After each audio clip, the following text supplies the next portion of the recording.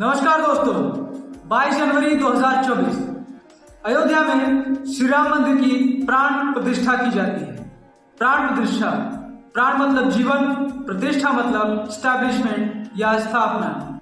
इस एक सेरेमनी की पिछले कुछ हफ्तों से मीडिया में, अखबारों में 24 घंटे चर्चा हुई है और बहुत सारी कंट्रोवर्सीज भी यहाँ पे उठी है। और बीजेपी 2024 के लोकसभा चुनाव के लिए राम मंदिर को अपना सबसे बड़ा मुद्दा मान रही है। तो आइए देखते हैं राम मंदिर के पीछे का सारा इतिहास क्या है, इसके पीछे इतनी सारी राजनीति होने का मेन जो रीजन है वो क्या है। 500 BC का टाइम था।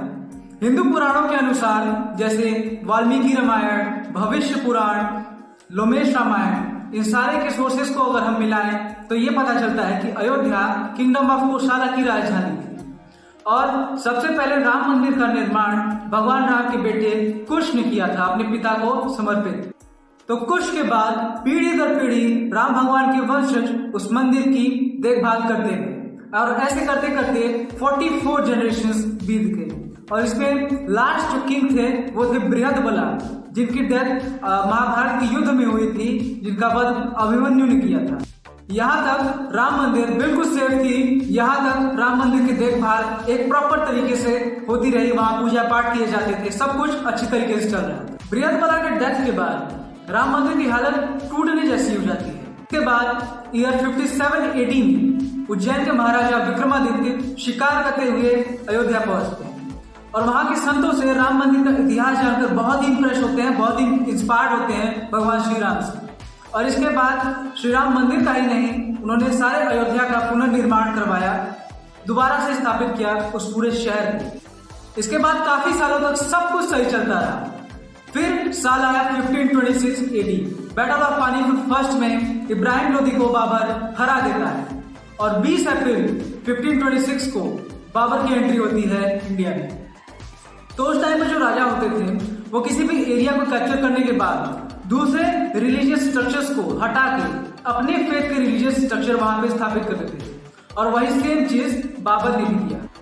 और ये सारी बातें उस टाइम के बुक्स में मेंशन्ड है, जैसे अकबर मासूद बाई अब्द अल कादिर। इसमें ये साफ साफ बताया गया है कि कैसे दूसरे राजा किसी भी स्थान को, किसी भी प्लेस को कैप्चर करने के बाद अपना डोमिनेंस दिखाने के लिए वहां के दूसरे रिलीजियस फेथ के जितने भी स्ट्रक्चर्स होते थे उनको हटा के, उनको डिमोलिश करके अपने रिलीजियस फेथ के स्ट्रक्चर्स बनवा देते थे। तो 2 साल बाद 1528 में बाबर का कमांडर मीर बाकी बाबर के कहने पे अयोध्या में 2.77 एकड़ लैंड में वो जो राम मंदिर बना था उसको तोड़ के वहां पे बाबरी मस्जिद बना था। और ये जो मस्जिद थी वो एग्जैक्टली कोट रामचंद्र गांव, जो कि उस टाइम पे फैजाबाद में था, जिसका नाम अब अयोध्या हो चुका है, वहां के सदर तहजीब में परगाना हवेली अवध में बनाई गई थी। एग्जैक्टली 2.77 एकड़ लैंड में जहाँ पे श्री राम मंदिर पहले से स्थापित था, उसको तोड़ करके मस्जिद बना दी गई।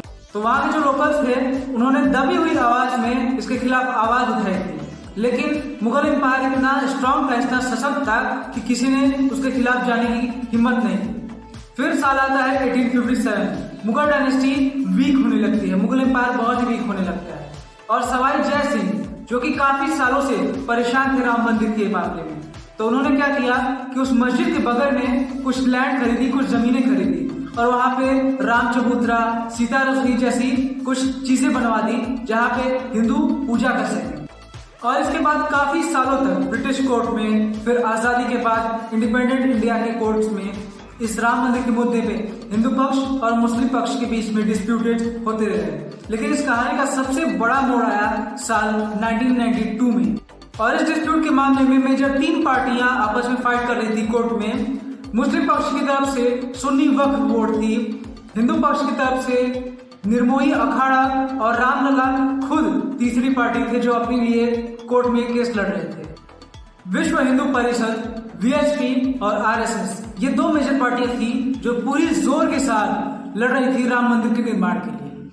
और इलेक्शंस आने वाले थे, इसलिए बीजेपी भी इसमें कूद पड़ती है। साल 1989 में लाल कृष्ण आडवाणी ने रथ यात्रा स्टार्ट की, जो कि सोमनाथ टेम्पल से लेके 10,000 किलोमीटर की यात्रा करते हुए अयोध्या जाने वाली थी। जो पूरी रथ यात्रा थी इसका अरेंजमेंट नरेंद्र मोदी जी ने किया था, जिसके लिए उनकी बहुत ज्यादा तारीफ हुई थी और वो एक पॉलिटिकल लीडर के तौर पे उभर गया। और फिर साल 1990 में 22 अक्टूबर 3 बजे को जब ये यात्रा बिहार पहुंचती है तो उस समय के मुख्यमंत्री लालू प्रसाद यादव ने लालकृष्ण आडवाणी को गिरफ्तार करवा दिया। उनका ये कहना था कि इस रथ यात्रा से बिहार में भी दंगे भड़क सकते हैं, तो इस यात्रा का यहीं पे रोका जाना सही होगा।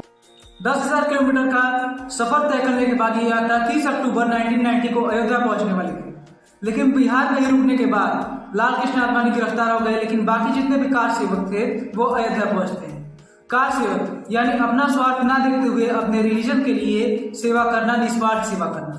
तो कर सेवकों का कहना था कि भले ही यात्रा रुक गई है लेकिन ये अयोध्या जाएंगे और वहां पे कर सेवा करेंगे। तो उस टाइम पे जो चीफ मिनिस्टर थे उत्तर प्रदेश के मुलायम सिंह यादव, उनका कहना था कि वो जो विवादित जगह है वहां पे परेता भी पर नहीं बांध सकता और अगर कोई आएगा तो अच्छा नहीं। तो जितने भी कर सेवक थे उन्होंने इस चीज को एक चैलेंज के तौर पे लिया और वो 30 अक्टूबर को अयोध्या पहुंच जाते हैं। वहां पे पुलिस उन्हें रोक देती है, लेकिन उसमें से एक कर सेवक जो कि साधु था उसने बस लिया और उसमें कुछ कर सेवकों को भरा और वो विवादित स्थान पर पहुंच गया और मुलायम सिंह यादव के ऑर्डर से उन कर सेवकों पे गोली चला दी जाती है, जिसमें 30 कर सेवकों की जान चली जाती है। जब ये सारी चीजें हो रही थी तो उसमें कोइंसिडेंस भी हुआ था। इसमें एक बंदर भगवा झंडा लेकर मस्जिद की गुंबद पे चढ़ जाता है। उसे कार सेवकों ने भगवान हनुमान जी का रूप माना था। और इन सब के बाद बीजेपी एक बहुत बड़ी पार्टी के तौर पर उभर के आती है।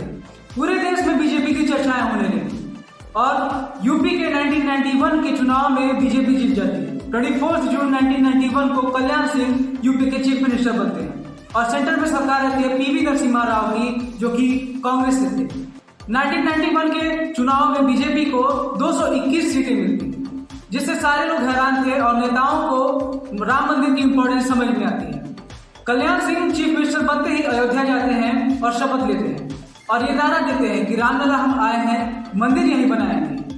और इसके कुछ दिनों बाद ही कल्याण सिंह राम मंदिर को लेकर एक बहुत ही बड़ा फैसला लेते हैं।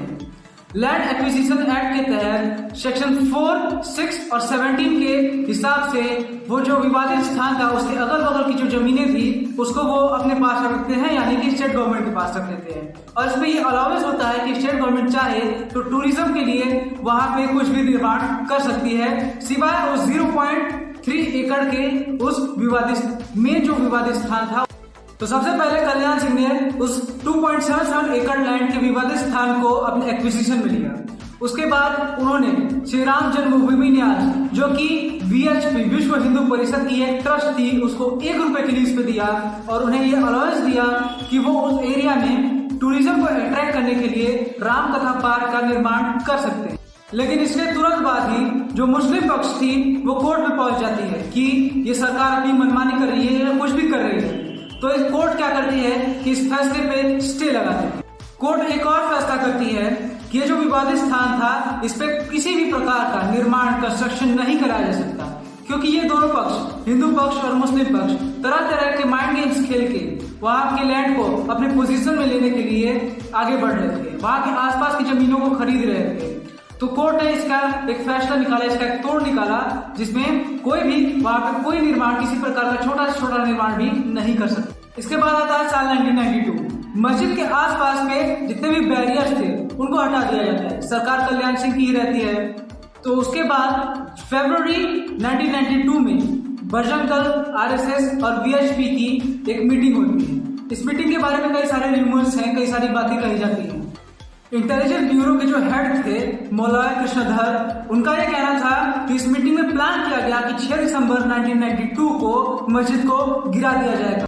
और इसके बाद चीजें बहुत ही इंटेंस रहती हैं। उसके बाद 24 मार्च 1992 को यूपी के चीफ मिनिस्टर कल्याण सिंह खुलेआम एक स्टेटमेंट पास करते हैं, चाहे सरकार रहे या ना रहे, राम मंदिर वही बनेगा। और यूपी के chief minister Kalyan Singh police force को ये ऑर्डर देते हैं कि कुछ भी हो जाए, कार सेवकों पे गोली नहीं चलाएगा कोई, उन्हें कोई मारेगा नहीं। और फिर चीजें इंटेंस होती जाती हैं और फिर 1 दिसंबर 1992 से ही देश भर से कार सेवक वहां पे विवादित स्थान पे अयोध्या पहुंचने लगते हैं और अयोध्या एक छावनी में बदल जाती है। और एक दिन पहले 5 दिसंबर 1992 को बीजेपी के बड़े से बड़े लीडर अटल बिहारी वाजपेयी, लालकृष्ण आडवाणी वहां पे पहुंचते हैं और कार सेवकों को संबोधित करते हैं।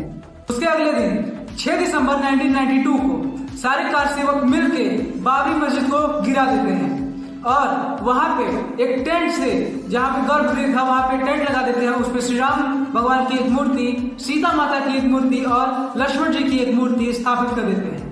इसके बाद शाम को 6 बजे यूपी में प्रेसिडेंट रूल लगा दिया जाता है और 6:15 पे यूपी के chief minister Kalyan Singh resign कर देते हैं। इसके बाद पूरे देश भर में दंगे शुरू हो जाते हैं। महाराष्ट्र, गुजरात, आंध्र प्रदेश, हर जगह हिंदू मुस्लिम को मार रहे थे, मुस्लिम हिंदू को मार रहे थे।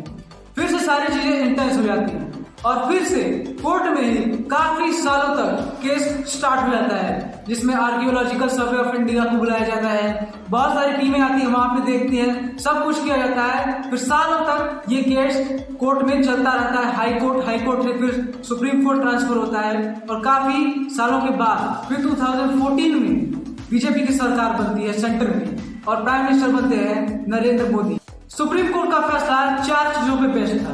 पहला, एएसआई की रिपोर्ट। एएसआई की रिपोर्ट में ये बताया गया था कि मस्जिद बनने से पहले वहां पे एक नॉन इस्लामिक ढांचा था, जिसका ये साफ साफ मतलब था कि वहां पे राम मंदिर थी। दूसरा, सुप्रीम कोर्ट का मानना था कि 1838 में जो इंग्लिश ट्रेवलर्स इंडिया आए थे, उन्होंने अपनी किताबों में ये लिखा था कि कैसे बाबरी मस्जिद से पहले राम मंदिर थी, उसको गिरा करके बाबरी मस्जिद बना दी गई। इस बेस पे ये बहुत ही स्ट्रॉन्ग पॉइंट था उन इंग्लिश ट्रैवलर्स, बिकॉज वो निष्पक्ष थे, वो ना हिंदू थे वो ना मुसलमान थे, तो वो निष्पक्ष थे। उन्होंने फैक्ट लिया था और एग्जैक्ट रीजंस बताए थे उस टाइम की रिपोर्ट्स कि उस टाइम पे हुआ क्या था एक्चुअली।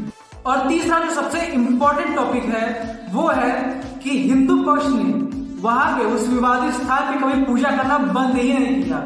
मुस्लिम पक्ष ने 1934 और फिर 1949 के बाद से वहां पर नमाज पढ़ना बंद कर दिया, लेकिन हिंदू पक्ष ने शुरू से लेकर अंत तक वहां पर लगातार पूजा किया। भले ही खालिद खान की पूजा किया, लेकिन पूजा करते गए। ये सबसे स्ट्रॉन्ग पॉइंट साबित हुआ उनका इस केस में। चौथी चीज थी cross examination of fitness. Supreme court के जजमेंट के पेज नंबर 1029 पे ये लिखा गया है साफ साफ से कि जब जजेस ने परमहंस शास्त्री से ये पूछा कि क्या जन्म राम भगवान का जन्म वहीं पे हुआ था, तो उन्होंने कहा एक उंगली भी दाएं या बाएं नहीं हुई थी, एग्जैक्टली रामलला का जन्म वहीं पे हुआ था। और जितने भी पुजारियों से ये सारी बातें पूछी जाती है, उनमें से कोई भी अपने फैसले से, अपने बयान से हिलता नहीं है, जबकि मुस्लिम पक्ष के तरफ से अलग अलग बयान, अलग अलग तरीके की बातें सुनने को आ रही थी। और इन सब के बाद 9 नवंबर 2019 को सुप्रीम कोर्ट का फैसला आता है कि ये जो विवादित जगह है 2.77 एकड़ की, यहाँ पे श्री राम मंदिर बनाया जाएगा और मुस्लिम पक्ष को 25 किलोमीटर दूर 6 एकड़ जमीन देगी वहां पे मस्जिद का निर्माण करने के लिए, जो कि उसका काम भी अभी जारी है, वो भी कंप्लीट होने ही वाला है।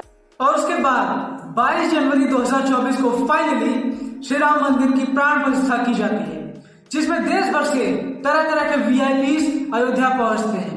लेकिन इसमें बहुत सारे राजनीतिक नेता नहीं भी जाते हैं, जिसमें कांग्रेस के नेता राहुल गांधी और बीजेपी के नेता लाल कृष्ण आडवाणी खुद भी हैं, जिन्होंने राम मंदिर के लिए इतने सालों लड़ाई की। इनके न जाने का कारण था हेल्थ इशू। सारी पॉलिटिकल जो अपोजिशन की पार्टी थी, उनके अलावा 4 मेन आदि शंकराचार्य ने इस प्राण प्रतिष्ठा के इवेंट को अटेंड नहीं किया। उनका कहना था कि ये मंदिर अभी पूरा नहीं हुआ है और मंदिर भगवान की भुजाओं, भगवान के शरीर को डिफाइन करता है, और जब शरीर ही अधूरा हो तो प्राण प्रतिष्ठा कैसे। और साल 1991 की तरह ही बीजेपी इस साल भी राम मंदिर को अपना चुनाव का सबसे बड़ा मुद्दा बना रही है और कांग्रेस ने प्राण प्रतिष्ठा के इवेंट को ना अटेंड करके बहुत बड़ी गलती कर दी है, ऐसा पूरे देश में कहा जा रहा है। भगवान राम को पॉलिटिकल मुद्दा ना बना के हम उन्हें इंस्पिरेशन के रूप में स्वीकार करें तो वो हमारे लिए ज्यादा फायदेमंद होगा, क्योंकि भगवान राम के आदर्शों पे अगर हम चलें तो हम लाइफ में बहुत आगे चले जाएंगे और बहुत ऊंचे उठ जाएंगे। और उन्हीं को इंस्पिरेशन बना के हमें अपनी लाइफ की सारी प्रॉब्लम्स को हंसते हुए एक्सेप्ट करना चाहिए और उनसे फाइट करना चाहिए और उन पे जीत हासिल करनी चाहिए, और जीत के बाद कभी घमंड नहीं करना चाहिए।